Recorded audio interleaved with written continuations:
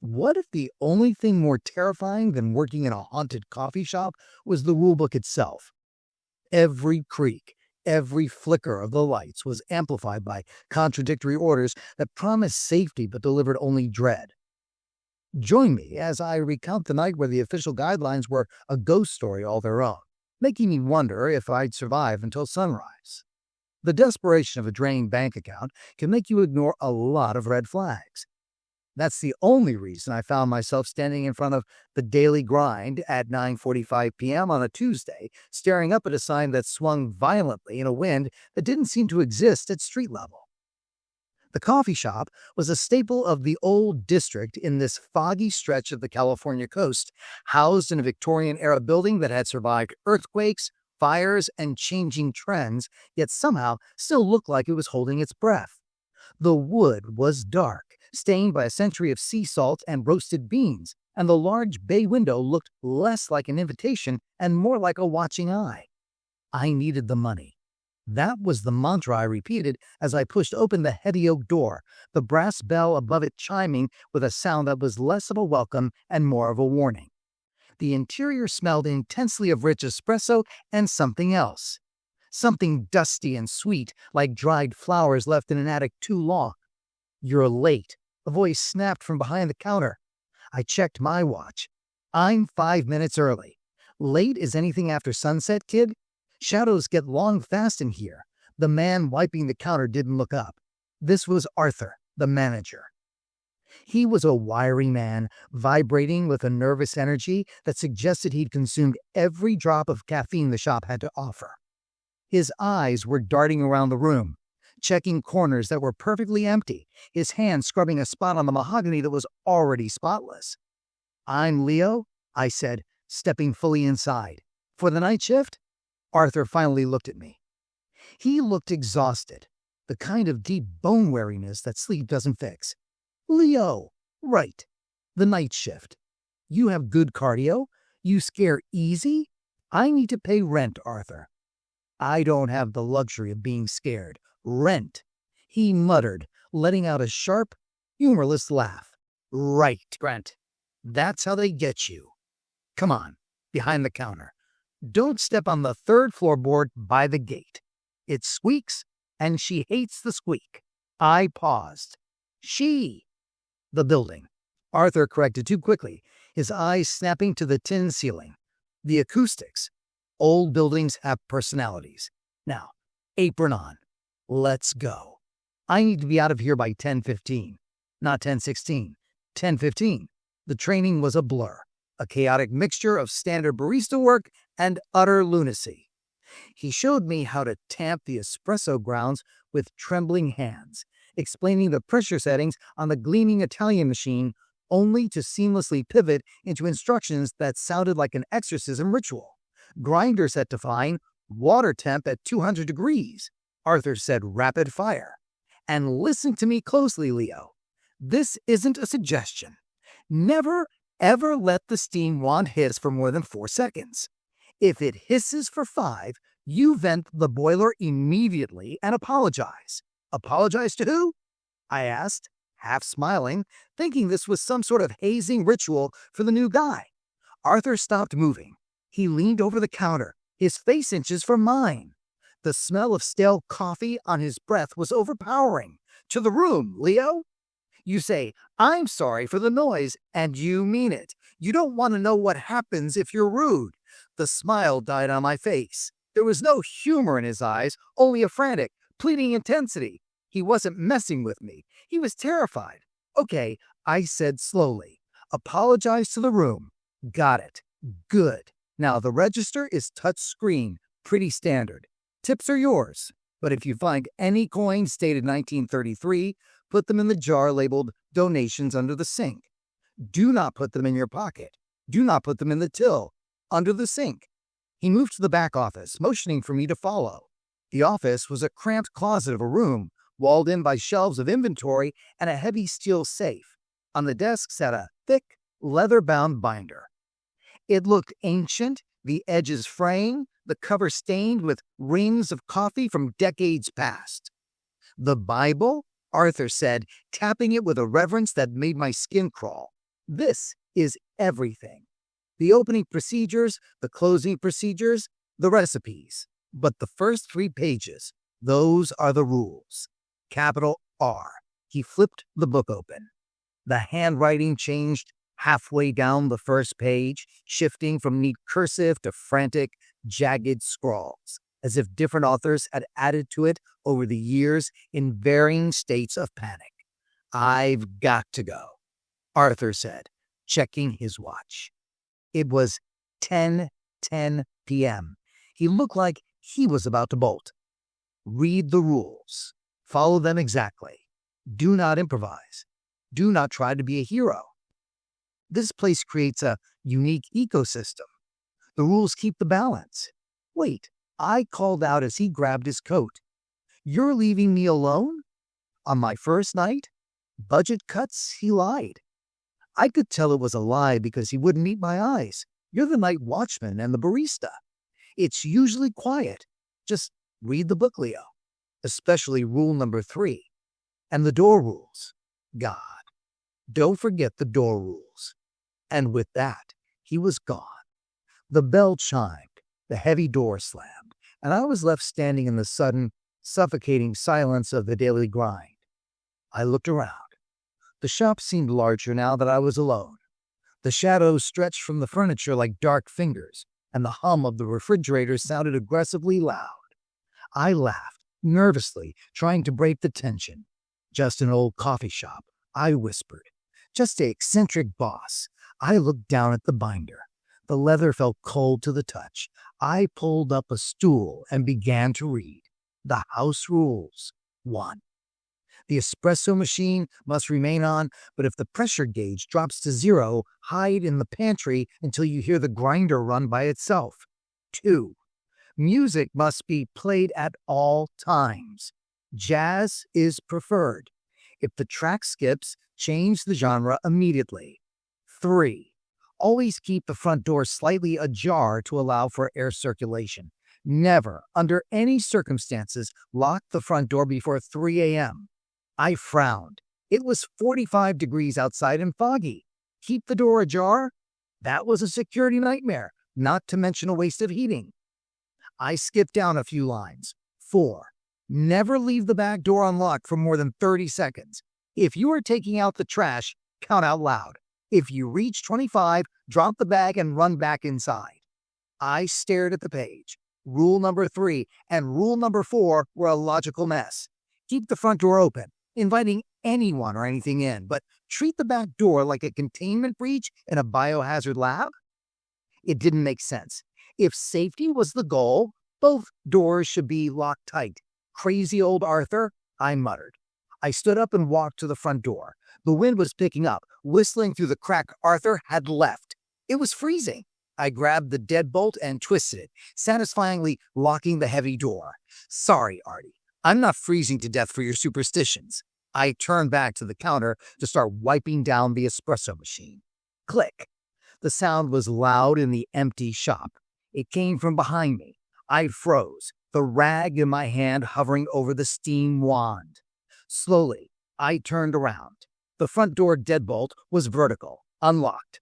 The door stood slightly ajar, just an inch, swaying gently in the draft. My heart hammered against my ribs. I hadn't imagined locking it. I had felt the metal turn. I had heard the bolt slide home. I walked back to the door, my legs feeling heavy. I grabbed the handle, pulled it shut, and locked it again. I yanked on it. Locked. Definitely locked.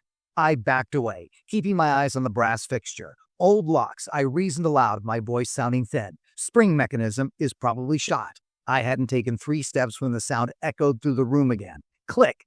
I spun around.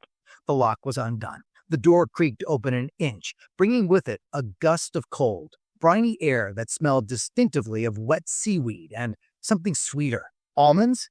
A chill that had nothing to do with the draft went down my spine. This wasn't a broken spring. A broken spring doesn't turn a deadbolt. "Okay," I said, my voice trembling slightly. "Okay. Rule number 3. Front door ajar." I left it. I walked back behind the counter, my skin prickling with the sensation of being watched from the dark street outside. I forced myself to look at the binder again. needing something to focus on other than the impossible door. I read on, hoping for clarity, but the rules only spiraled into further madness. 7. Wipe down the main service counter 3 times every hour, but never look directly at your reflection in the antique mirror behind the counter while doing so. If you catch your eye, close them and count to 10. 9. If the phone rings, answer it. If there is static, hang up. If there is a voice asking for the manager, tell them he is on a permanent break. If the voice asks for you by name, hang up and lock yourself in the bathroom for exactly 5 minutes. 12. Do not serve the man in the gray raincoat. He does not exist. The paradoxical nature of the instructions was beginning to give me a headache. How was I supposed to maintain order when the rules themselves were an exercise in chaos? Keep the front open, seal the back. Answer the phone, but don't talk to the wrong people. Clean the counter, but be blind while doing it. I tried to rationalize it. Maybe Arthur was OCD. Maybe the haunting was just a way to enforce compliance with his neuroses. The door. Well, maybe I was just tired. Maybe I didn't lock it as well as I thought. I busied myself with the coffee prep. I needed to act normal. I began to wipe the counter as instructed. 1 pass. 2 passes. Behind the counter, hanging on the wall, was the antique mirror mentioned in rule number 7. It was a beautiful oval piece with gilded edges, the glass slightly desilvered with age. As I wiped the counter for the 3rd time, I instinctively glanced up. It's a natural human reaction. You see a mirror. You look at yourself. In the reflection, the shop looked different. The lighting was dimmer, the shadows deeper. And standing right behind my reflection, peering over my left shoulder, was a woman. I spun around, dropping the rag. The shop was empty.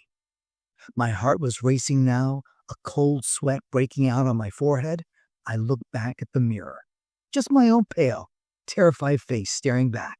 Sleep deprivation, I whispered. It's just the stress. But as I bent down to pick up the rag, I saw it. On the pristine floorboards, right where the reflection of the woman had been standing, was a wet footprint, a bare footprint. I backed into the counter, the espresso machine digging into my spine. The warmth of the boiler was the only comforting thing in the room. I looked at the binder, then at the front door, which was still swaying gently, then at the footprint. This wasn't a hazing. I checked the time. 11 p.m. I had 7 hours to go. A sudden, sharp knocking sound came from the back of the shop. It was rhythmic, heavy, and insistent. Thump, thump, thump. It was coming from the back door, the delivery entrance. I grabbed the binder and flipped to the section on deliveries. My finger traced the jagged handwriting until I found it. Rule number 15. Always check all deliveries, no matter the hour. We have an arrangement with the night courier. Okay, I breathed. Deliveries, normal. I walked toward the back room, passing the darkened seating area. The knocking continued, steady and demanding. I reached the narrow hallway that led to the back exit. The door was heavy steel. I reached for the handle, relieved to have a human interaction, even if it was just the delivery driver. Then I remembered. I stopped, my hand hovering inches from the cold metal bar. I flipped the binder open again, scanning the page frantically. I had seen something else, something written in red ink in the margins, scrawled almost illegibly over the typed text of rule number 15, unless the knocking is in sets of 3. If they knock 3 times, wait. If they knock 4 times, open it. 3 knocks is not the courier. Thump, thump, thump. Silence. I held my breath, waiting for the 4th knock. The silence stretched out, heavy and suffocating. Thump, thump, thump, thump, thump. 3 knocks. I called out, my voice cracking. Who is it? From the other side of the door, a voice responded. It sounded like gravel grinding on glass, muffled by the steel but unmistakably close. Delivery. For Leo. My blood ran cold. I hadn't told anyone I was working tonight. I hadn't even put on a name tag. I looked at the rule book. If the voice asks for you by name. No, that was the phone rule. What was the door rule for this? I scanned the pages, panic making the words swim. Rule number 4. Never leave the back door unlocked for more than 30 seconds. The voice outside spoke again, louder this time. Open the door, Leo. It's cold out here. The handle of the back door began to turn. I watched in horror. I had locked it. I knew I had locked it. I had checked it when Arthur left. But just like the front door, the mechanics of this place didn't seem to obey the laws of physics. The deadbolt was grinding slowly against the frame as if someone, or something, was forcing it with immense strength. I had a split-second choice. The rule said never leave it unlocked. It didn't say what to do if it unlocked itself. The contradiction hit me like a physical blow. To follow the rules, I had to engage with the threat. To keep the door locked, I had to go to the door and hold it. But rule number 15 implied that what was behind the door wasn't human. Thump, thump, thump. The door rattled violently in its frame. 30 seconds. I whispered, remembering rule number 4. Don't leave it unlocked for more than 30 seconds. I threw my weight against the steel door, slamming the deadbolt back into place just as the latch clicked open. I could feel the vibration of something pounding on the other side, a deep, resonant thud that shook my bones. Go away, I yelled. Rule number 4, Leo. The voice whispered, sounding like it was right next to my ear, even though the door was between us. You have to open it to check the lock. You have to check. I scrambled back down the hallway, retreating to the safety of the main floor. The front door was still ajar, the wind whistling a lonely tune. The mirror reflected the empty shop. The wet footprint was gone, but now, on the counter where I had placed the binder, a single perfect sugar cube sat waiting. I hadn't put it there. I picked up the binder, my hand shaking so hard I almost dropped it. I needed to know more. I needed to know why the rules were trying to kill me while pretending to save me. I turned the page to rule number 22. If you find a sugar cube on the counter that you didn't place, eat it immediately.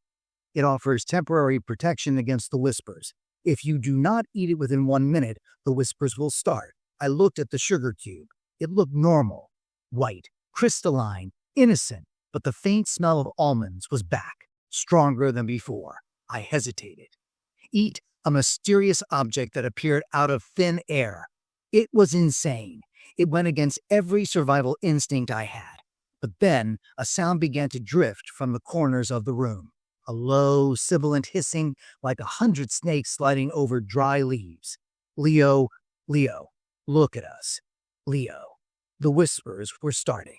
I grabbed the sugar cube and popped it into my mouth. It dissolved instantly, tasting of ash and bitter earth. The whispers stopped dead. I slumped against the counter, sliding down to the floor. I was only 2 hours into the shift. The system wasn't keeping the ghosts out. The system was a game, and I was the pawn. I looked at the binder again. The next rule caught my eye. Rule number 33.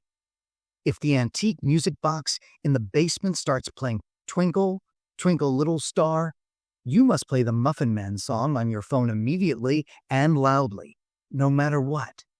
Do not let the music box finish the song.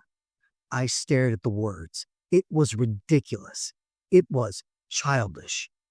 And then, faintly, drifting up through the floorboards beneath my feet, I heard the first tinny plank of a music box note. Twinkle, twinkle. The horror wasn't in the haunting. The horror was that I had to play along.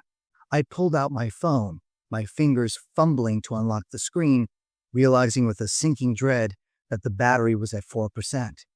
The night had only just begun. The silence of the basement was not empty. It was heavy, pregnant with a dusty, suffocating anticipation. Then, the sound cut through the floorboards again. Plink, plink, plink. The mechanical, halting melody of Twinkle, Twinkle, Little Star. It sounded wrong. distorted, as if the metal cone inside the music box was rusted or the cylinder was turning just a fraction too slowly. My thumb hovered over the screen of my dying phone. 3%. The battery icon was a sliver of red, mocking my predicament. The Wi-Fi signal in the back of the shop was abysmal, one bar flickering in and out of existence. Twinkle, twinkle, little star. The music box was getting louder. It wasn't just acoustics, the sound was climbing the stairs. It was coming for me. Come on, I hissed, my voice cracking. I typed Muffin Man song into the search bar, my fingers slippery with sweat. The loading circle spun. It felt like it was spinning in time with the music box's melody. How I wonder what you are. The air in the shop grew frigid. My breath bloomed in white clouds before me. The shadows in the corner of the room seemed to detach themselves from the walls, pooling on the floor and creeping toward the counter. The video loaded. I didn't wait for an ad to skip. I jammed the volume button to the max and hit play. A bombastically cheerful, synthesized voice exploded into the terrified quiet of the coffee shop. Do you know the Muffin Man? The Muffin Man? The Muffin Man? The dissonance was nauseating. The innocent, saccharine nursery rhyme blared from my tiny speaker, clashing violently with the mournful, rusted tune drifting out from the dark basement. For 5 agonizing seconds, the two songs battled for dominance. A surreal, auditory nightmare that made my teeth ache. Then, abruptly, the music box stopped. It didn't wind down. It was cut off mid-note, as if a hand had slammed the lid shut. I stood there, trembling, holding the phone like a holy relic as the song continued to chirp about Drury Lane. I let it play until the very end, terrified that stopping it prematurely would violate some unwritten clause of rule number 33. When the video finally ended, the silence that rushed back into the shop was deafening. I slumped against the back counter, my legs giving way. 2% battery. I needed a charger, and I needed it now. I spotted an outlet near the register, but the cord Arthur had left was frayed and looked like a fire hazard. I didn't care. I plugged it in, watching with desperate relief as the lightning bolt icon appeared. I took a deep breath, trying to steady my racing heart. It's just pipes, I lied to myself, though I knew pipes didn't play Mozart. It's just some elaborate prank setup with hidden speakers. I needed to busy myself. Idleness was dangerous here. It gave the mind time to wander, and in a place like the daily grind, wandering thoughts seemed to attract attention. I grabbed the binder again. I needed to know what else was coming. I felt like a soldier in a minefield with a map written in riddles. I flipped past the cleaning schedules to a section titled Equipment Maintenance and Anomalies. Rule number 18. The grinder is calibrated for espresso. If it begins to grind on its own, do not turn it off. Instead, hold a cup under the chute. If the grounds are black, throw them in the trash. If the grounds are red, pour them into the sink and run the hot water for 10 minutes. Do not touch the red grounds with your bare skin. I stared at the grinder. It was a massive industrial beast of chrome and plastic, currently silent. The hopper was full of dark, oily beans. The idea of them turning red was chemically impossible. But then again, so was a self-unlocking door. I decided to focus on something mundane. Rule number 7 required me to wipe the counter 3 times. I had done that. What was next? Rule number 9 revisited. The phone. As if on cue, the landline on the wall began to ring. It was an old rotary phone, heavy and black, a relic from the 1950s. The shrill, mechanical ring echoed through the empty shop, bouncing off the tin ceiling. Reeing, reeing. I froze. If there is static, hang up. If there is a voice asking for the manager, tell them he is on a permanent break. I walked over to the phone. My hand shook as I reached for the receiver. I picked it up and held it to my ear, saying nothing. Static. Just a wash of white noise, like the sound of ocean waves crashing inside a tin can. I was about to hang up, following the rule, when the static shifted. It wasn't just noise. There were patterns in it, rhythmic pulses, and then, buried deep within the hiss, a voice. Help. It was faint, barely a whisper, but it sounded wet, gurgling. Leo, under The floor. I slammed the receiver down, my heart hammering against my ribs like a trapped bird. The rule said static means hang up. It didn't say anything about voices inside the static calling my name. How do you know my name? I whispered to the empty room. I'm not wearing a name tag. The shop didn't answer, but the temperature seemed to drop another 10 degrees. I could feel the cold radiating from the floorboards, seeping through the soles of my shoes. I tried to rationalize. Maybe Arthur had set this up. Maybe there were cameras. I scanned the corners of the ceiling, looking for the telltale blinking light of a CCTV lens. There was nothing but cobwebs and shadows. I went back to the binder. I needed structure. I needed to understand the logic, no matter how twisted. I started reading the rules more carefully, looking for a pattern. Rule number 21. The portrait of the founder, Elias Thorne, hangs near the fireplace. His eyes should be looking left, toward the door. If he is looking right, toward the kitchen, you must immediately burn a piece of toast and leave it on the mantel. Rule number 42. If you smell lilacs, hold your breath and walk to the walk-in fridge. Stay there until you can count to 60. Do not exhale until the door is sealed behind you. Rule number 50. The tip jar is for money. If you see teeth in the tip jar, do not scream. Cover the jar with a napkin and wait for the customer in the gray raincoat to collect them. Teeth. Burning toast. Lilacs. It was madness. It felt like the rules were designed by a lunatic trying to appease a chaotic god. I looked over at the fireplace. Above the mantel hung an oil painting of a stern-looking man with mutton chops and a high collar. Elias Thorne. He was staring stoically to the left, watching the front door. Good, I muttered.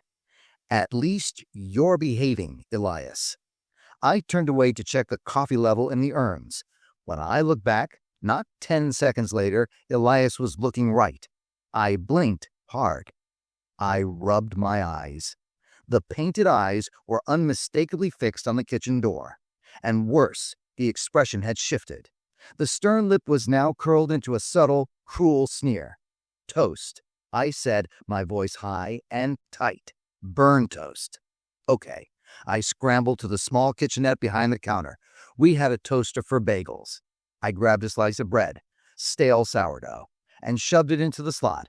I cranked the dial past dark to the max and pushed the lever down. I watched the coils heat up, glowing an angry orange. The smell of burning bread usually signaled a ruined breakfast. Here, it felt like a holy offering. Smoke began to curl up from the toaster. Come on, I urged it. The toaster popped. A charred black square of carbonized bread jumped up. I grabbed it, burning my fingertips, and ran to the fireplace. I placed the burnt offering on the mantel, right beneath Elias's gaze. I stepped back, waiting. For a moment, nothing happened. Then, the smoke from the toast didn't rise. It was pulled into the painting. It swirled around the canvas, obscuring the face of the founder. When the smoke cleared, Elias was looking left again. The sneer was gone. The toast on the mantel was gone too. Only a pile of gray ash remained. I laughed. It was a hysterical bubbling sound that escaped my throat before I could stop it. He ate the toast, I giggled. The painting ate the toast. I was losing it.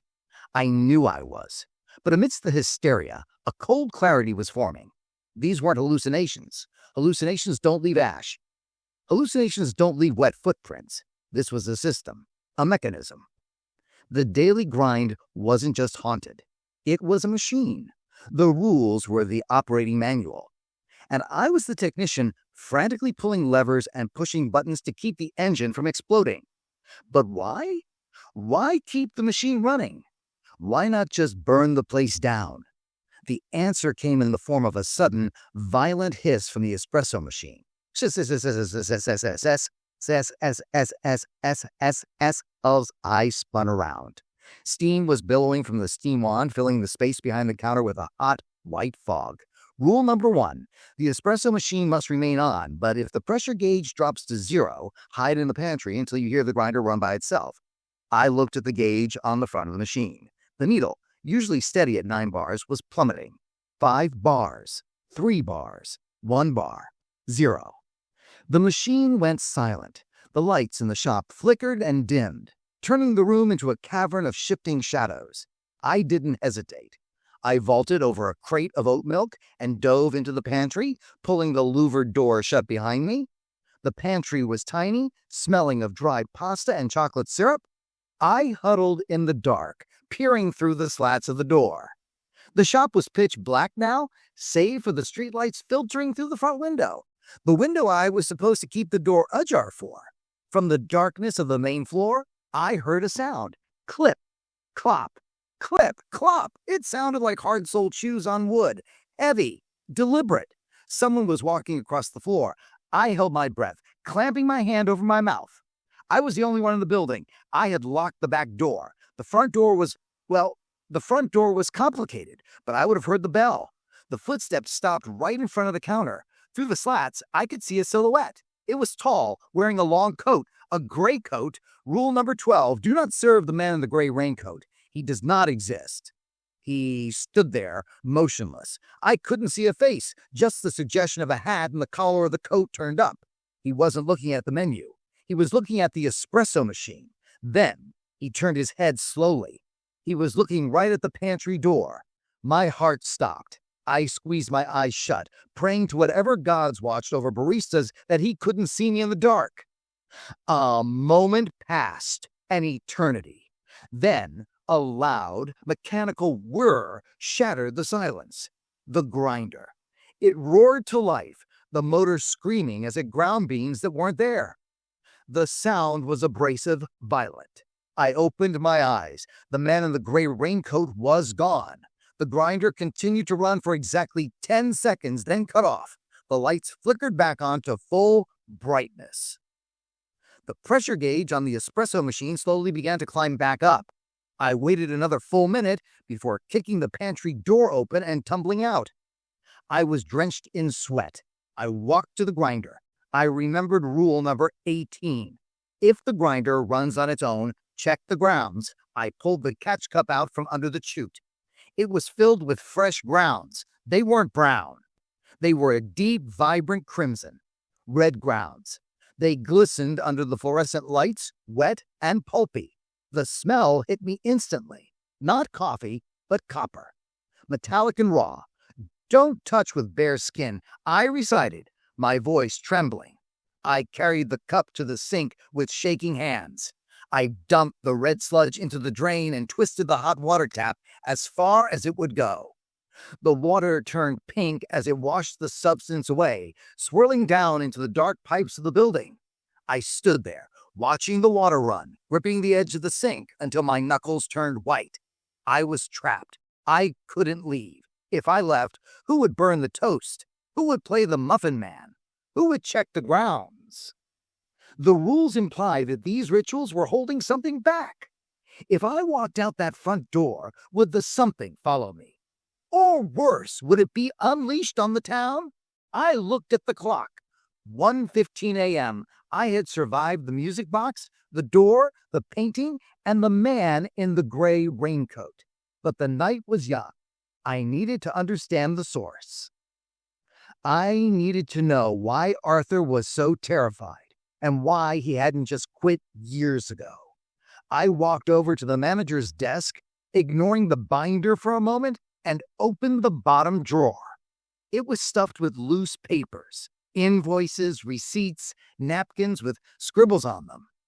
I dug through the mess, looking for anything that wasn't a rule. At the bottom of the stack, I found a small black notebook. It wasn't the official binder.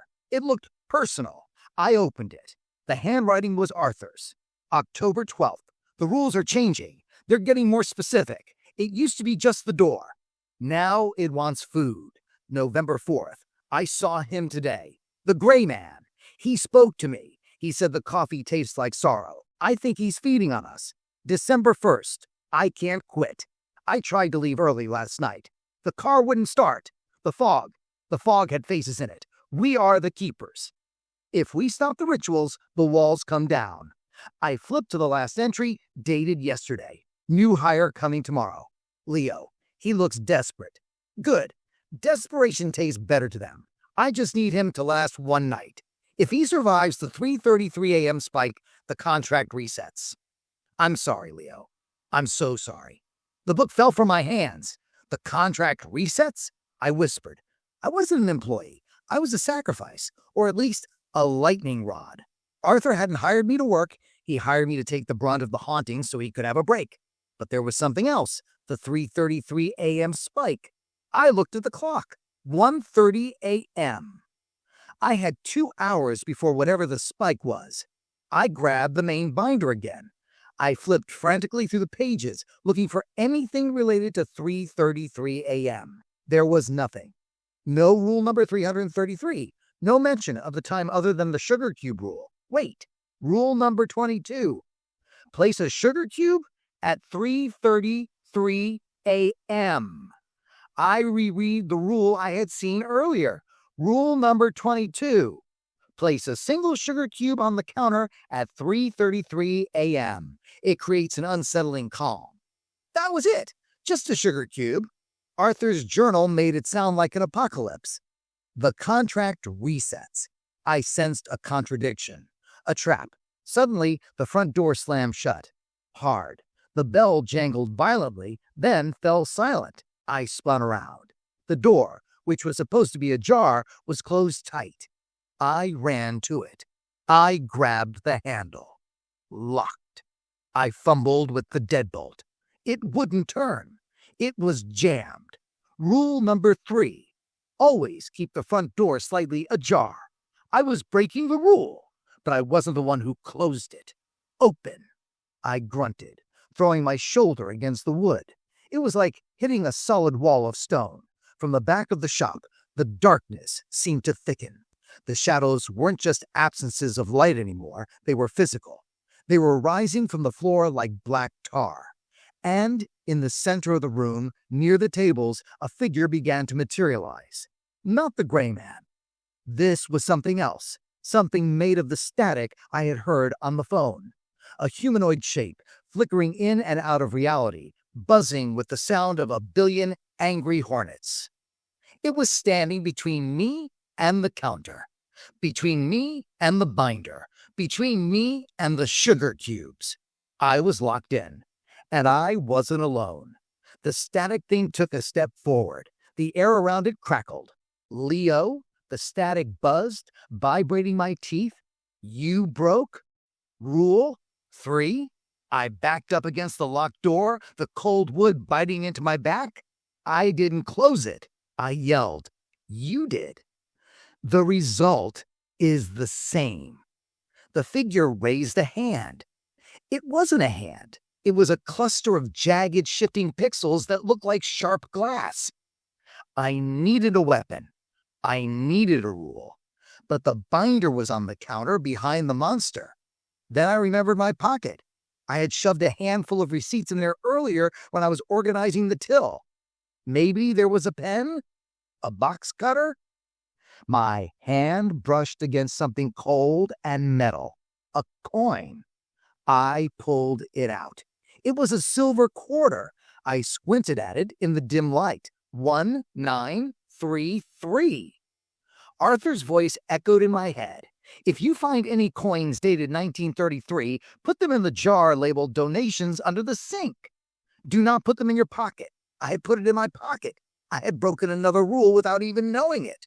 The static creature lunged. I didn't think. I threw the coin. Not at the creature, but over its head, aiming for the counter. The coin clattered onto the wooden surface, spinning loudly. Whir clack. The creature froze. It turned its head, or what passed for a head, toward the sound of the silver spinning. Payment, it hissed. It drifted toward the counter, distracted. I saw my chance. I bolted. Not toward the door. It was sealed, but toward the kitchen. I needed to get to the back. There had to be another way to survive this. I slid into the kitchen, my shoes squeaking on the tile. I grabbed the swinging door and pushed it shut, knowing it wouldn't hold a ghost. I looked around frantically. Knives? No, you can't stab a ghost. Fire? Maybe.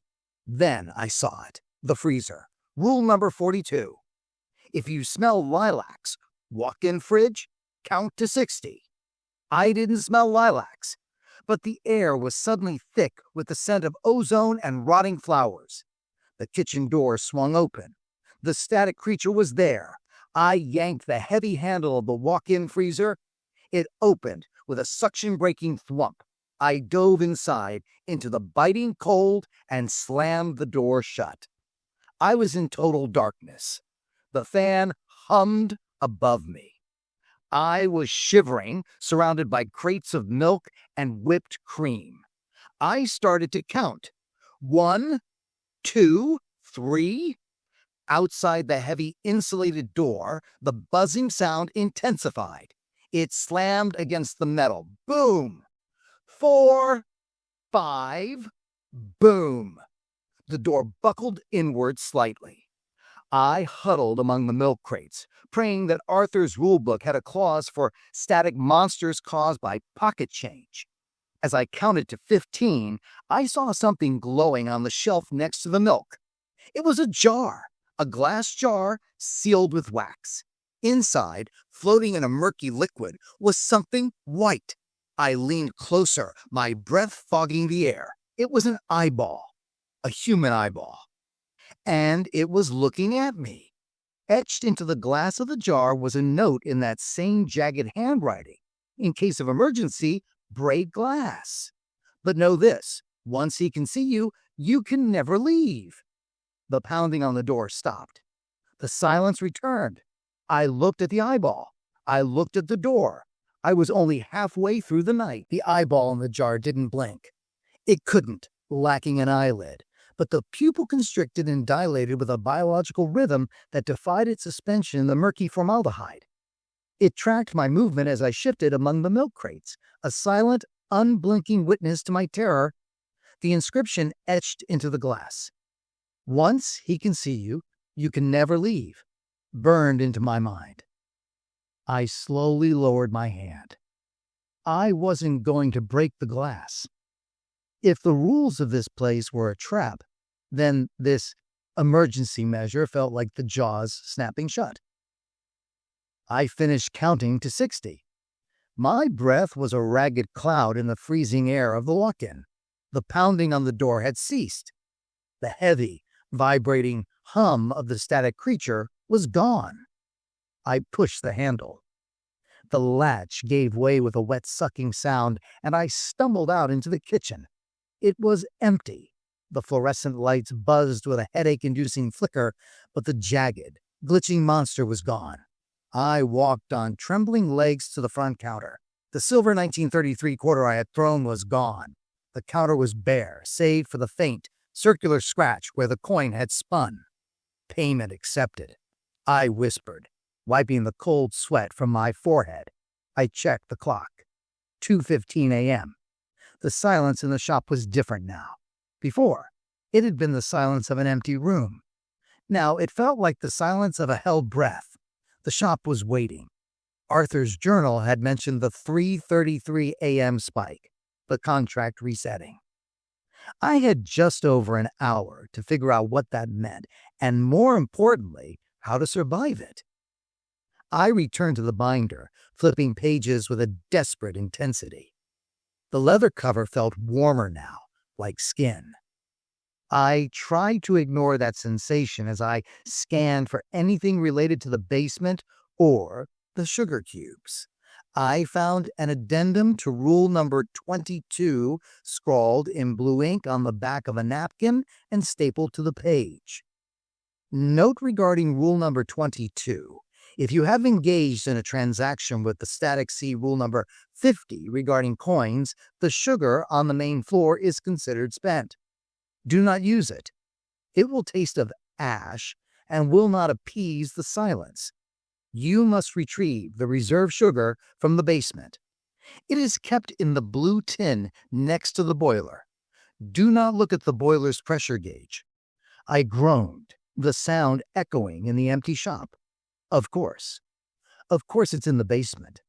The basement. The source of the music box. The place Arthur had seemed most afraid of.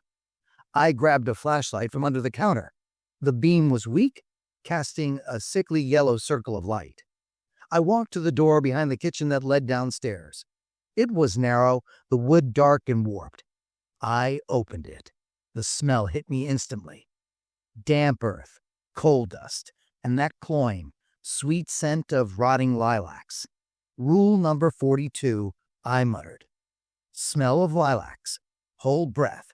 But I couldn't hold my breath for the entire duration of a basement trip.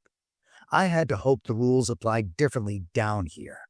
I descended the stairs. They groaned under my weight, each creak sounding like a gunshot in the quiet. The beam of my flashlight cut through the gloom, revealing a space that looked less like a storage area and more like a museum of forgotten nightmares. There were stacks of old chairs, broken tables, and boxes labeled with dates going back to the 1920s. In the corner, the antique music box sat on a pedestal, its lid closed. I gave it a wide berth. I swept the light across the room, looking for the blue tin. There, in the far corner, was the boiler. It was a massive cast iron beast, radiating a dull heat. Next to it, on a dusty shelf, sat a blue tin box. I moved toward it, keeping my eyes strictly averted from the boiler's pressure gauge. Do not look at the gauge. It seemed like a simple enough instruction, but the urge to look was magnetic. It was the same impulse that makes you want to jump when you stand on a ledge. I focused my eyes on the floor, on my shoes, on the dust motes dancing in the light. I reached the shelf. My hand closed around the cool metal of the blue tin. Clang! A sound came from inside the boiler, like someone had struck the metal from within with a wrench. I froze. Clang! Clang! Just pipes, I whispered. Just expanding metal. I turned to leave, clutching the tin against my chest. As I swung the flashlight back toward the stairs, the beam swept across the center of the room. There was a table set up in the middle of the basement. It hadn't been there when I walked in. Or maybe I had missed it. It was a small, round table set for two. There were 2 porcelain teacups, a teapot, and a plate of muffins. And sitting in one of the chairs was a mannequin. It was old, the paint chipping, its face a smooth, featureless oval. It was wearing a barista's apron. The name tag read, Marcus. My stomach dropped. Marcus. The name from the journal? No, the journal hadn't mentioned names, just previous hires. But the apron was stained with coffee. And something darker. I forced myself to keep moving. Don't interact. Just get the sugar. As I passed the table, the mannequin's head snapped toward me with a dry crack of plastic on plastic. I didn't scream. I didn't have the breath for it. I sprinted. I hit the stairs, taking them 2 at a time, the blue tin rattling in my arms. Behind me, I heard the scrape of a chair being pushed back. I burst through the door into the kitchen and slammed it shut, throwing the deadbolt. I backed away, panting, staring at the door. Silence. I looked down at the tin. I had the sugar. I checked the time. 2:58 a.m. 2 minutes until the front door rule changed. Rule number 3. Never, under any circumstances, lock the front door before 3 a.m. I walked out to the main floor. The front door was still shut, seemingly locked by the entity earlier. I approached it cautiously. At exactly 3:00:00 a.m., a loud click echoed from the door. I reached out and tried the handle. It turned freely. The door opened. The wind from the street blew in, cold and grounding. I immediately pushed it shut and twisted the deadbolt. It locked with a satisfying mechanical thud. Okay, I exhaled. Door locked. Sugar secured. I felt a momentary wave of relief. I had secured the perimeter. I had the supplies. I just had to wait for 3:33 a.m. But the daily grind didn't like relief. It fed on anxiety. The phone rang. It wasn't the rotary phone on the wall this time. It was the modern business phone on the counter. The caller ID display lit up bright blue in the dim shop. Blocked number. I stared at it. Rule number 9 said to answer the phone. It didn't specify which phone. I picked up the handset. The daily grind were closed. Leo, the voice was clear. It wasn't the static creature. It wasn't the gravelly voice from the back door. It was Arthur. Arthur. I gripped the phone tighter. Arthur, What the hell is going on? There's a mannequin in the basement, and I nearly got frozen to death in the walk-in. You went into the freezer. Arthur's voice sounded tinny and distant, like he was calling from the bottom of a well. Did you break the jar? No, I left it. Good boy. That jar is insurance, but only for the very end. He paused, and I heard the sound of wind howling in the background on his end. Leo, listen to me. I'm not supposed to call. The reception is bad where I am. Where are you? Come back and help me. I can't. I'm outside the circle for now. Listen, the 333 spike. It's not just a time. It's a bridge. The sugar cube isn't to feed a ghost. It's an anchor. An anchor for what? For reality. Arthur said, his voice dropping to a whisper. At 333, the shop tries to go somewhere else. Somewhere it used to be. You have to ground it. Place the cube. But Leo, whatever you do, static began to encroach on the line. Arthur, whatever you do, do not look at the moon. The line went dead. I slowly lowered the phone. Do not look at the moon. I looked at the big bay window. Outside, the fog was thick, swirling in the streetlights. I couldn't see the sky. I couldn't see the moon. Great, I muttered. Another rule, 3:15 a.m. I opened the blue tin. Inside, nestled in velvet, were sugar cubes. But they weren't white. They were a deep obsidian black. They sparkled under the lights, absorbing the illumination rather than reflecting it. Black sugar, I said, shaking my head. Why not? I took one out. It was heavy, cold as ice.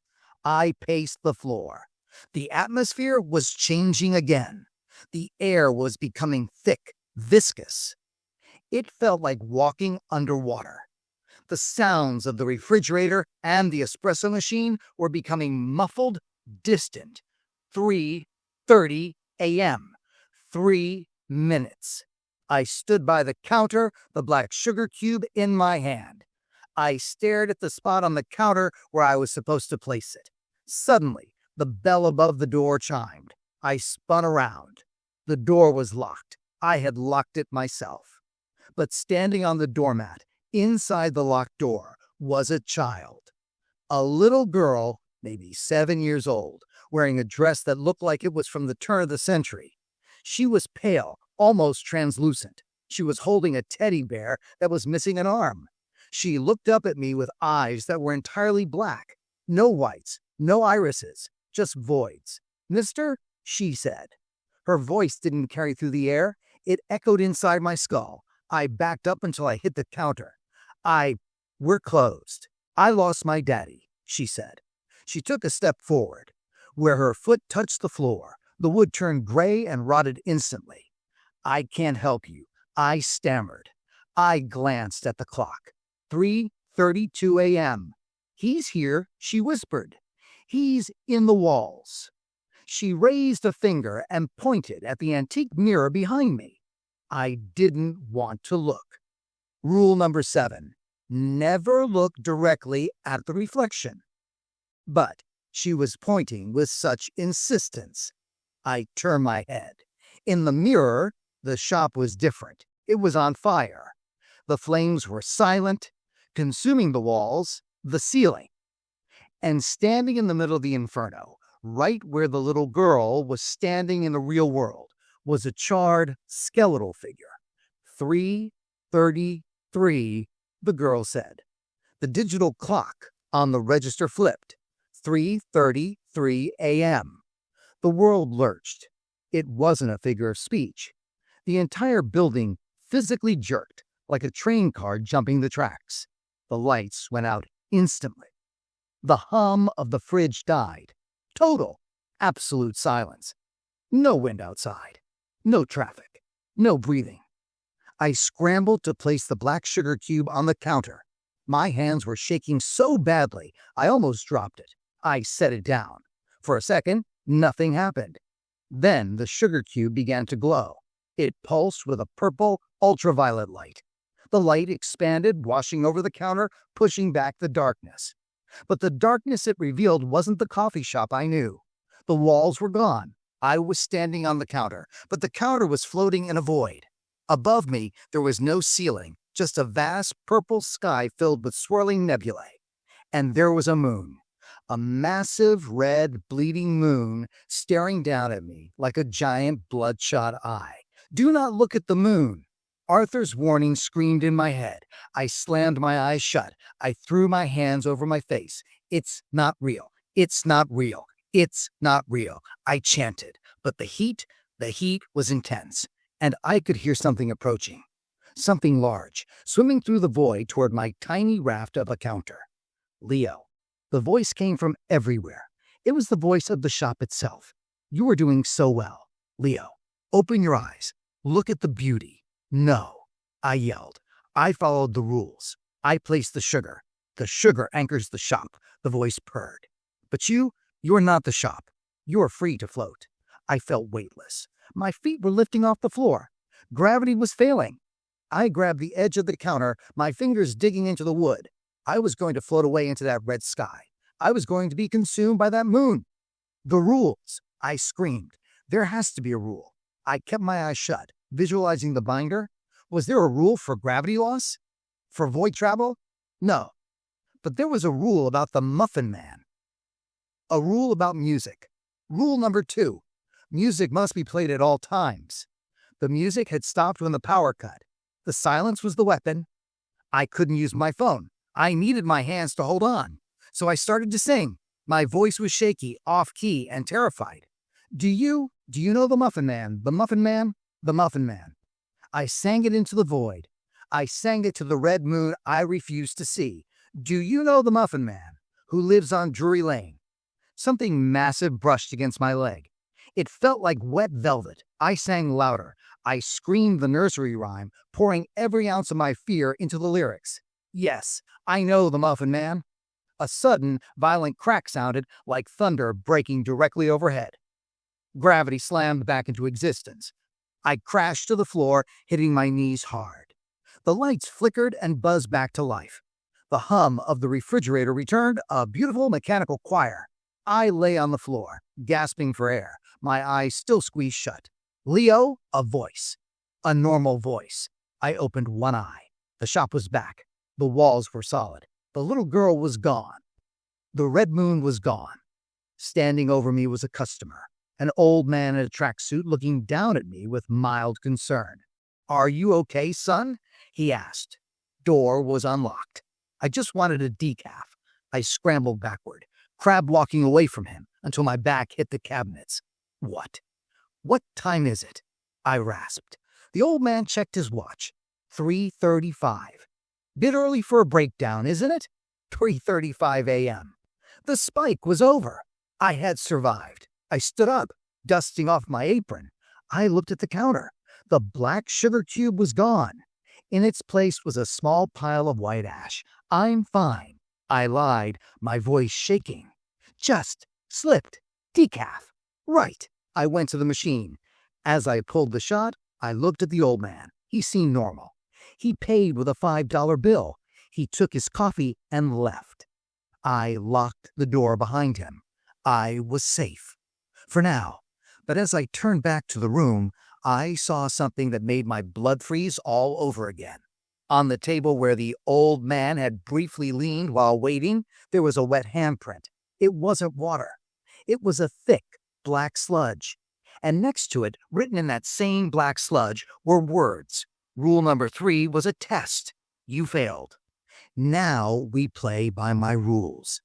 I looked at the binder on the counter. It was closed. But as I watched, the heavy leather cover slowly began to lift open, all by itself. The leather cover of the binder flopped open with a heavy, deliberate thud, as if an invisible hand had slammed it against the countertop. The pages didn't flutter. They turned methodically. One by one, the sound of paper sliding against paper echoing in the silent shop like the whispering of dry leaves. I stood paralyzed near the espresso machine, watching the book dissect itself. It stopped near the end, on a page that had been blank just hours ago.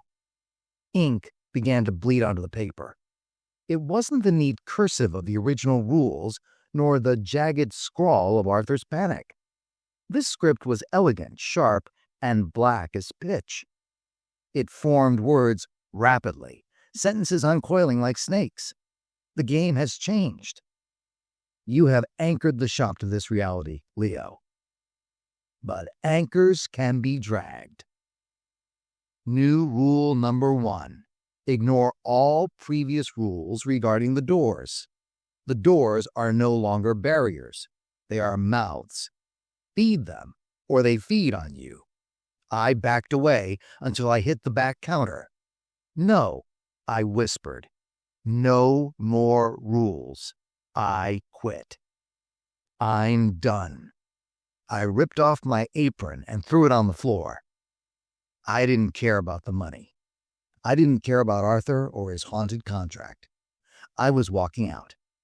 I marched to the front door, the black sludge message on the table mocking me as I passed. I grabbed the deadbolt. It was hot. Searingly hot. I hissed and pulled my hand back, red blisters already forming on my palm. The brass was glowing a dull, angry red. Feed them, a voice whispered from the air vents. I turned to the back door. The delivery entrance? I ran to the hallway. The steel door was gone. In its place was a wall of flesh. It pulsed, gray and veiny, stretching across the frame where the metal should have been. In the center, a vertical slit breathed open and closed, revealing rows of jagged, yellow teeth. A mouth. I stumbled back, gagging. The reality of the shop was breaking down. The 333 spike hadn't just been a temporal event. It was an infection. By surviving it, I hadn't reset the contract. I had escalated it. I retreated to the center of the shop, the only place that felt remotely stable. I was trapped. The front door was a brand. The back door was a monster. I looked at the binder again. The ink was still moving. New rule number 2. The telephone is your lifeline. But the lines are crossed. You can make one call. Choose wisely. If you call for help, we will hear you. If you call for forgiveness, we will laugh. If you call the dead, they might answer. The phone on the wall began to ring. Ringing. It was the rotary phone again. I stared at it. Call the dead? I didn't pick it up. Instead, I pulled out my cell phone. 15% battery. I dialed 911. The call connected instantly. 911. What is your emergency? The operator's voice was calm, professional. I'm trapped, I blurted out. The Daily Grind coffee shop on 4th Street. The doors are. I can't get out. Please send someone. There was a pause on the line. Then the operator sighed. It was a sound of deep, weary disappointment. Oh, Leo, the operator said, her voice shifting, deepening into a guttural growl. You were supposed to choose wisely. I dropped the phone. It hit the floor, screen cracking. From the tiny speaker, a cacophony of shrieks and laughter erupted before the battery died completely. The rotary phone was still ringing. Ringing. Ringing. I had no choice. I walked over and lifted the heavy black receiver. Hello? Leo. It was a woman's voice, soft, sad. Who is this? I'm Sarah. I worked the Tuesday night shift 3 years ago. My grip tightened. Sarah? Where are you? How are you calling? I'm in the walls, Leo. We all are. Marcus is in the basement. Elias is in the painting. I'm in the plaster. Listen to me. The rewrite. It happens when someone survives the spike, but rejects the ritual. You rejected the moon. I anchored the shop. You sang the song. You mocked the void. It didn't like that. Now it wants to digest you. How do I stop it? I pleaded. How do I get out? You can't leave, Sarah said, her voice sounding like it was coming from right behind the drywall next to my ear. Not the way you came in. The shop has become a closed loop, but there is an exit. A breach where? The dumbwaiter. Behind the pantry. It goes down to the sub-basement. The old tunnels. They lead to the sea caves. There's no dumbwaiter behind the pantry, I said. I hid in the pantry. It's just shelves. Look closer, Leo. And bring the salt, the big bag of sea salt for the pretzels. You're going to need a circle. Sarah, why are you helping me? There was a long silence. Then a whisper so faint I barely heard it. Because if you escape, maybe the loop breaks. Maybe we can sleep. The line went dead. I hung up. The sub-basement. The sea caves. It sounded like suicide. But staying here, with the flesh door and the burning handle, was a guarantee of something worse than death. I ran to the prep area. Under the counter, I found the 50-pound bag of coarse sea salt. I heaved it onto my shoulder, the crystals grinding together. I went to the pantry. I pulled the door open. Shelves of syrup and pasta. Look closer, I muttered. I started pulling cans and boxes off the shelves, throwing them onto the floor. Behind the rows of vanilla syrup, the back panel of the pantry looked loose. There was a seam I hadn't noticed in the dark. I jammed my fingers into the crack and pulled. The wood groaned, then popped free. Behind it was a dark, square shaft. A dumbwaiter. The ropes looked frayed. The wooden box small and claustrophobic. Great, I said. A coffin on a string. I looked at the salt. I looked at the box. I wasn't going to fit in there with the bag. I ripped the bag open. I poured salt into my apron pockets until they bulged. I filled my pants pockets. I took a plastic container, filled it with salt, and shoved it into my waistband. I climbed into the dumbwaiter. It swayed alarmingly. I was curled into a ball, knees against my chest. There was a control panel with 2 buttons, up and down. I hit down. Nothing happened. Come on. I hissed. I hit it again. From above me, in the darkness of the shaft, I heard a sound, like wet leather flapping. New rule number 3. The vertical spaces belong to the things that crawl. Do not look up. I didn't look up. I reached up blindly and grabbed the rope. I pulled down hard. The mechanism groaned and the box jerked downward. I began to descend. The light of the kitchen faded away, replaced by the smell of damp earth and rot. I was lowering myself into the throat of the building. Above me, the flapping sound got louder. Something was climbing down the ropes after me. I pulled faster, burning my hands on the rough hemp. Down, past the basement level where I had seen the mannequin. I could see through the cracks in the shaft. The basement was illuminated by a sickly green light now, and the mannequin was moving. It was pacing around the boiler, its plastic joints clicking. I kept going. The air grew colder, salty, the smell of the ocean. Finally, the box hit the bottom with a thud. I tumbled out onto a dirt floor.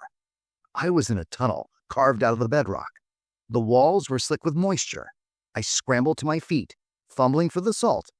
I quickly poured a circle around myself, the white crystals glowing faintly in the dark. Just as I closed the circle, something landed on top of the dumbwaiter box. I raised my flashlight. It was a creature made of limbs, human limbs. Arms and legs fused together in a chaotic spider-like mass. In the center, where a head should be, was just a smooth patch of skin. It skittered toward me, then stopped abruptly at the salt line. It hissed, recoiling. Sarah was right. I breathed. The creature chattered its teeth, teeth that were embedded in the palms of its hand feet, and retreated up the shaft. I turned my flashlight down the tunnel. It stretched into the darkness, winding and twisting. I began to walk. The tunnel was old. I saw timber supports that looked like they were from the gold rush era. I saw graffiti scratched into the stone, 1904, 1928, 1955, no way out. Don't read the walls, I told myself. Just keep moving. After what felt like an hour, the tunnel opened up into a larger cavern. The sound of crashing waves was loud here. But standing in the middle of the cavern, blocking the path, was a desk. It was Arthur's desk from the office, and sitting behind it was Arthur. He looked terrible. His skin was gray, his eyes sunken. He was writing furiously in the ledger. Arthur, I called out, stepping closer but keeping my hand on the salt container. He didn't look up. Name? It's Leo. Arthur, what are you doing here? Processing. He mumbled. Always processing. The paperwork never ends. The dead need receipts. Arthur, snap out of it. We need to leave. He stopped writing. He looked up at me. His eyes were milky white. Leave? He laughed. A dry, rattling sound. You can't leave, Leo. You signed the contract. I didn't sign anything. You took the money, he said. The tips. The 1933 quarter. The sugar. Every interaction is a signature. You're an employee of the grind now. Forever. He stood up. As he did, his body seemed to elongate. His limbs stretched, his joints popping. He was growing, towering over the desk. Rule number 4. Arthur roared, his voice distorting into a demonic bass. The manager is always right. He lunged across the desk, his arms stretching unnaturally long to grab me. I threw the salt. A handful of coarse crystals hit him in the face. He screamed, a sound that wasn't human, but the shriek of tearing metal. Steam erupted from his skin where the salt touched him. He stumbled back, clawing at his face. I quit. I yelled. I ran past him, dodging his flailing, elongated arms. I sprinted toward the sound of the waves. The cavern narrowed again. The ground became wet, sandy. I could smell the fresh sea air. I saw light ahead. Moonlight. Real moonlight, silver and pale, reflecting off water. The exit? A cave, opening leading out to the beach. I ran toward it, my lungs burning. But as I reached the mouth of the cave, I stopped. Standing in the entrance, silhouetted against the moonlit ocean, was the man in the gray raincoat. He wasn't transparent. He wasn't a monster of limbs. He looked solid, real. He held up a hand. Stop, he said. His voice was calm, authoritative. It sounded like the voice of a stern father. Move, I warned, reaching for my last container of salt. That won't work on me, Leo, he said. I'm not a ghost. I'm the landlord. He stepped forward. I could see his face now. He looked remarkably like the portrait of Elias Thorne, but older, weary. You've broken the cycle, he said. You rewrote the rules. You salted the manager. You're making a mess of my property. Your property is hell. I spat. It's a containment unit, he corrected. We keep the things in the dark so they don't go into the town. The rules, the silly, contradictory rules, they are rituals of confusion. They keep the entities disoriented, trapped in a logic loop. When you try to make sense of them, when you try to fight them with logic, you break the cage. He gestured back toward the tunnel. Go back, Leo. Take Arthur's place. Be the manager. Maintain the confusion. Keep the town safe. And if I don't, then the cage breaks completely.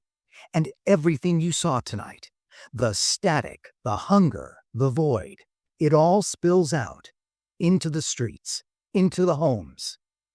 He pointed to the lights of the town visible in the distance down the coast. Your family lives in a town like this, don't they? Your friends? I looked at the town. I looked at the tunnel. I'm not a jailer, I said. We are all jailers of our own fears, the landlord said. Choose. I looked down at the salt in my hand. You said confusion keeps them trapped? Yes. Rituals of chaos? Yes. I smiled. A manic, terrified smile. Then, let's get really confusing. I didn't throw the salt at him. I threw it into the ocean. What are you doing? The landlord demanded, stepping back. I started to dance. I flailed my arms, jumping up and down, spinning in circles. I started singing the Muffin Man song again, but backwards. Nam nifum et wonk oi odd. Stop, the landlord yelled. You're destabilizing the narrative. That's The point, I screamed. Rule #0. There are no rules. I grabbed a handful of sand and threw it in the air. I clapped my hands. I barked like a dog. The reality around us began to shudder. The cave walls flickered. The landlord's face blurred. You're destroying the construct? Good. I ran at him, not to fight, but to pass. He tried to grab me, but his hands passed through me like smoke. He was losing coherence. My chaos was overpowering his order. I burst through the cave mouth onto the wet sand of the beach. I didn't stop running. I ran until the sand turned to pavement. I ran until the streetlights were overhead. I ran until I found an all-night gas station. I burst through the doors, panting, covered in dirt, salt, and sweat. The clerk, a bored teenager, looked up from his phone. "Bathroom key?" he asked, popping his gum. I stared at him. The normalcy was shocking. No, I wheezed. Coffee. Black. And a lot of sugar. I collapsed onto the floor. I was out. I was safe. Or so I thought. As I sat there, catching my breath, I looked at the TV mounted in the corner of the store. It was showing the local news. Breaking news. Gas leak suspected in historic district. The Daily Grind coffee shop has collapsed into a sinkhole. Authorities say the building is completely gone. Gone. I closed my eyes, relief washing over me. It was over. The cage broke, but the building took the hit. Then I felt a vibration in my pocket. My dead phone. I pulled it out. The screen was black, but it was vibrating. Buzz. Buzz. 3 times. 3. A text message appeared on the dead screen, glowing in white letters. Application approved. Promotion granted. You are now the regional manager. Report to the Seattle branch by Monday. Don't forget your rulebook. I looked out the window of the gas station. Across the street, standing under a flickering streetlight, was a man in a gray raincoat. He tipped his hat, and then he dissolved into fog. I drove until the fuel gauge screamed empty, and then I drove some more. The 1933 corridor, the black sugar, the burning doors. They were all miles behind me, buried under the rubble of a building that had officially collapsed due to a gas leak. I had watched the news report on the gas station TV, shivering as the anchor described the complete structural failure of the Daily Grind. No survivors found. No bodies found. Just dust and timber. I should have felt relief. I should have felt the weight lifting. But the text message on my dead phone burned in my mind like a brand. Regional manager. I crushed the phone under the heel of my boot in the parking lot of a diner 3 towns over. I bought a burner phone with cash, threw the SIM card away, and bought a physical map. No more GPS. No more digital tethers. I was going off the grid. I was going to find a quiet place in the mountains where coffee was just hot bean water and rules were just suggestions. But you don't quit the daily grind. You just clock out for a break.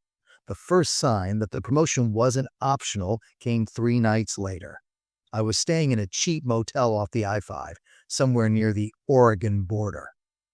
The room smelled of stale cigarettes and lemon cleaner. A distinct improvement over rotting lilacs and ozone. I had barricaded the door with a chair, a habit I suspected I would never break, and collapsed onto the lumpy mattress. I woke up at exactly 3:33 a.m. I didn't need a clock to know the time. I felt it in my teeth. A low, vibrating hum that rattled the fillings in my molars. The room was freezing. The heating unit under the window was chugging violently, spitting out air that felt like it had been piped in from a mausoleum. I sat up, gripping the sheets. "Go away," I whispered into the dark. I'd quit.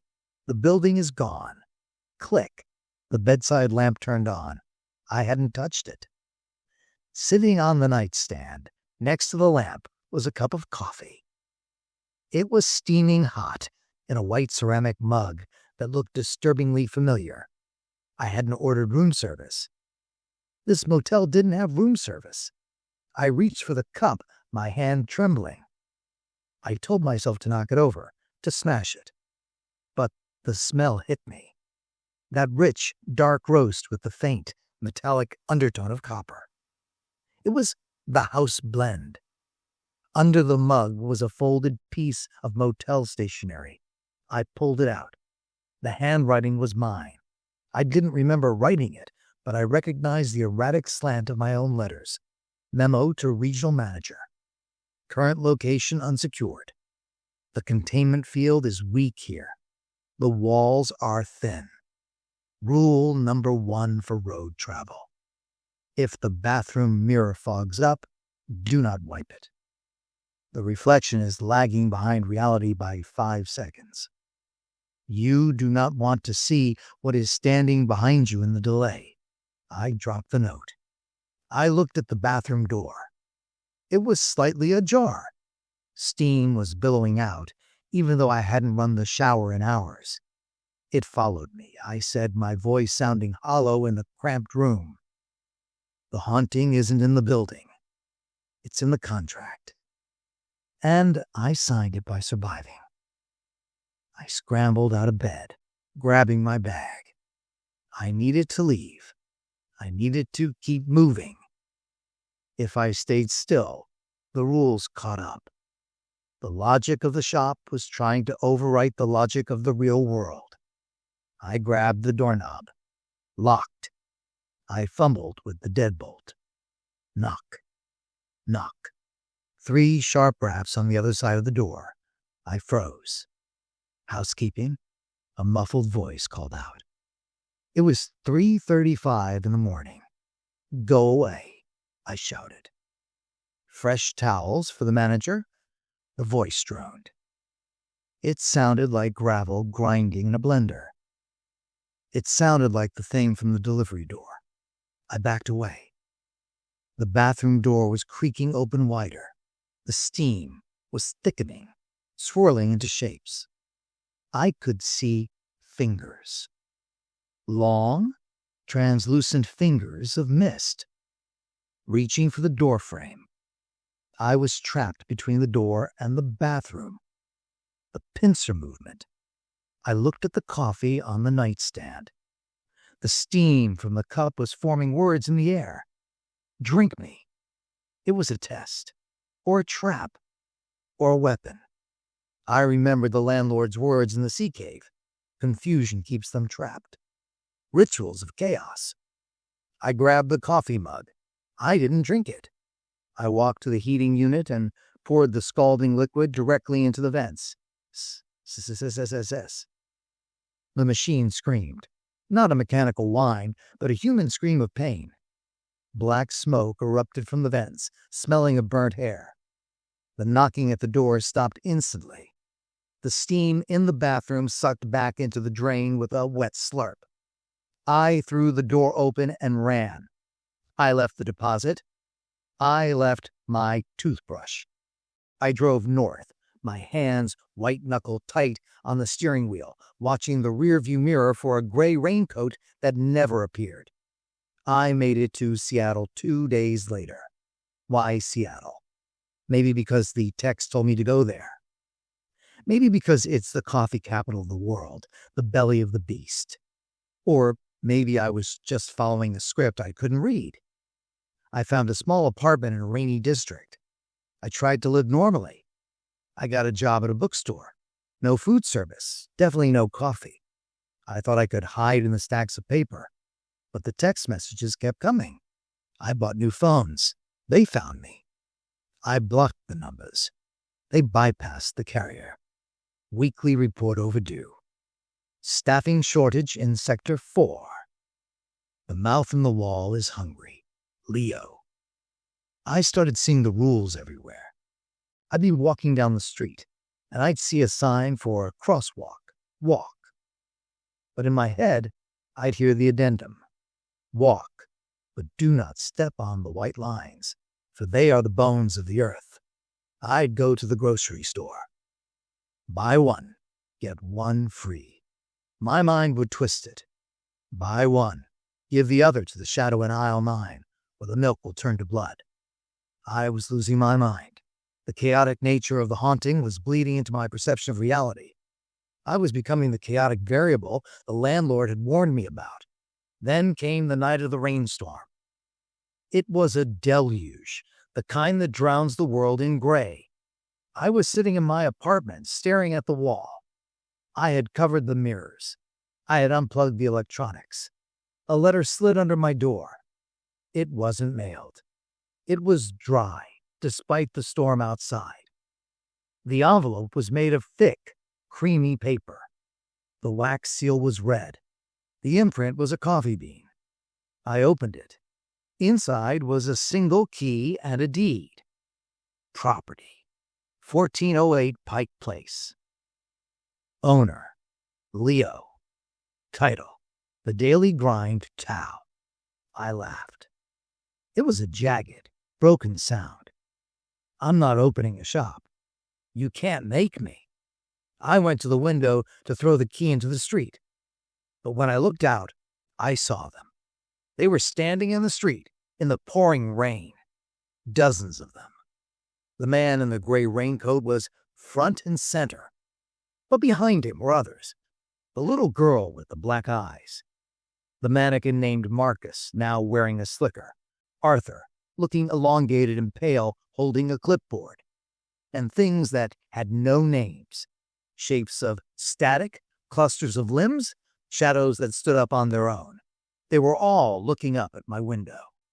The man in the gray raincoat raised a megaphone to his lips. The shift starts in 10 minutes. Leo, his voice boomed, echoing off the skyscrapers. The customers are waiting. I looked at the key in my hand. It was vibrating, hot to the touch. If I didn't go, they would come up here. They would come into this building, into this city. The containment had broken in California, and now the infection had followed the carrier to a new host site. It's a cage, I whispered, realizing the truth the landlord had tried to tell me. The shop isn't the haunting. The shop is the jail cell for the haunting, and someone has to lock the door. I grabbed my coat. I grabbed the key. I walked out of my apartment, down the stairs, and out into the rain. The army of nightmares parted for me as I walked. They didn't touch me. They watched me with a mix of hunger and reverence. I was no longer the prey. I was the warden. I walked 10 blocks to the address on the deed. It was an old, boarded-up storefront tucked between a fish market and a flower shop. The wood was rotting, the windows grime-covered. I put the key in the lock. It turned with a sound like a heavy vault unsealing. I pushed the door open. The smell hit me instantly. Espresso, old dust, lilacs. It was identical.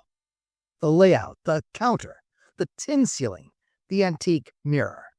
The daily grind hadn't been destroyed. It had just moved. Or maybe it exists in all places at once, just waiting for a door to be opened. I walked behind the counter. My apron, my old coffee-stained apron from California, was folded neatly on the espresso machine. I put it on. I looked at the empty shop. The rain hammered against the glass. Okay, I said aloud. New management. I reached under the counter and pulled out the leather binder. It was fresh, the pages blank. I picked up a pen. My hand moved on its own, the ink flowing black and sharp. Welcome to the Daily Grind.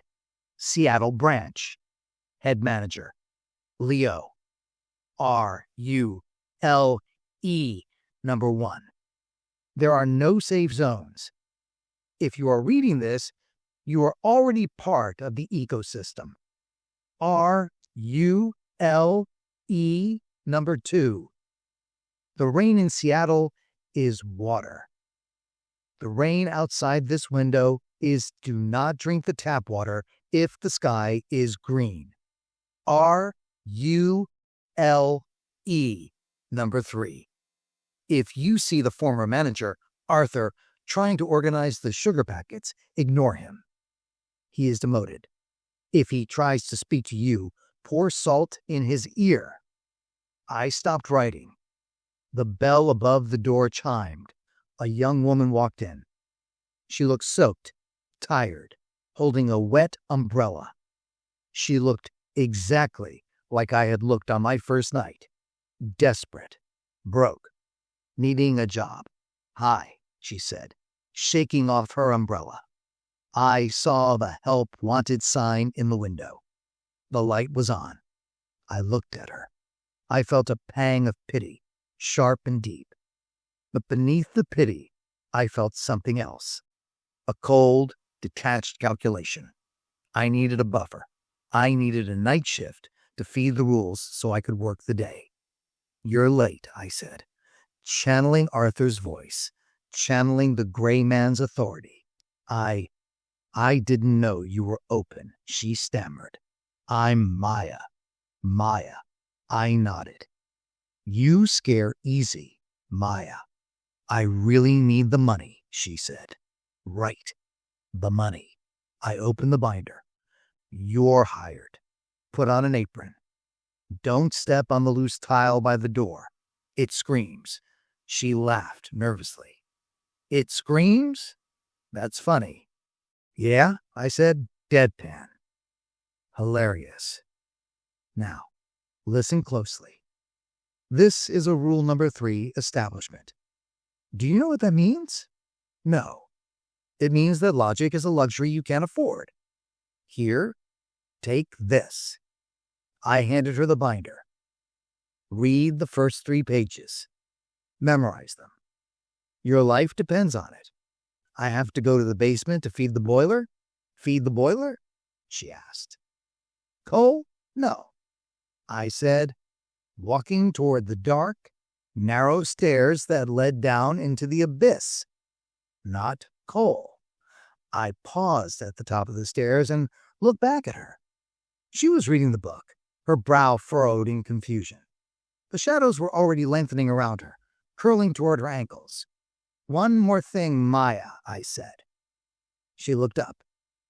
"If you hear a song, specifically, 'Twinkle, Twinkle, Little Star,' don't be a hero. Just play the Muffin Man. Loudly. Okay," she said slowly. "You guys are weird?" "We're not weird," I said, stepping into the darkness. "We're open 24 hours. I closed the basement door behind me. The darkness embraced me like an old friend. Down here, the static was loud. The things that crawled in the vertical spaces were chittering my name. "Leo, Leo, manager, quiet," I commanded. The static obeyed. I walked to the boiler. The pressure gauge was steady. I had survived the night shift. I had survived the collapse. I had survived the sea caves. But I hadn't escaped. You never escape. You just get promoted. And now I have a request for you. Yes, you. The one listening to this. I'm expanding. The daily grind is franchising. We're looking for locations in your town, old buildings, places with bad history, places where the shadows stay a little too long. If you know a place like that, or if you walk past a coffee shop late at night and see a rule book that looks a little too thick, or a barista who looks a little too terrified, do me a favor, go inside. Order a black coffee. Leave a 1933 quarter on the counter and tell them Leo sent you. We're always hiring. And the night shift is just dying to meet you. The end.